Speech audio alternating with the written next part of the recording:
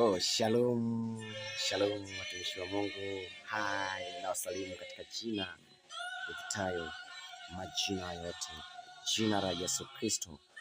Naitwa Mwalimu Filipo Dawson. Karibu kwenye madhabahu ya hapa online, madhabahu ya hapa mtandaoni, kwenye page yangu mimi.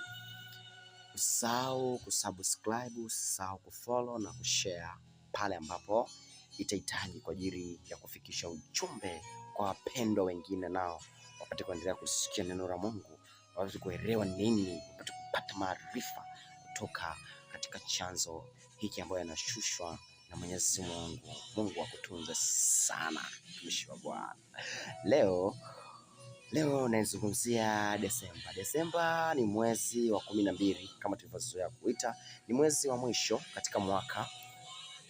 Ni mwezi ambao kwa Wakristo ni mwezi wa kufanya tathmini, ni vipi umeweza kutumika kuifanya kazi ya Mungu.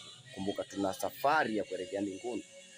Lakini kila unapofika mwezi wa 12, mtumishi wa Mungu, ni mwezi wa wewe kufanya tathmini kwamba ndiyo, ni wapi nilidondoka katika kumtumikia Mungu, ni wapi nimesimama katika kumtumikia Mungu, ni kipi nimefanikiwa katika kumtumikia Mungu, na ni kipi niweze kukifanya ili niweze kuendelea kuifanya kazi ya Mungu.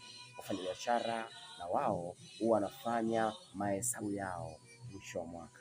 Kwa hata sisi tuliokioni tuna kila sababu ya kufanya mahesabu, yani ni kipi tumekifanya cha Mungu na ni kipi tunatakiwa tukifanye tunavyovuka umwezi na kuingia katika mwaka mpya. Mungu akutunze sana. Tunapoanza hili somo, fuatilia kwa pamoja na mimi, na Mungu awe pamoja na wewe.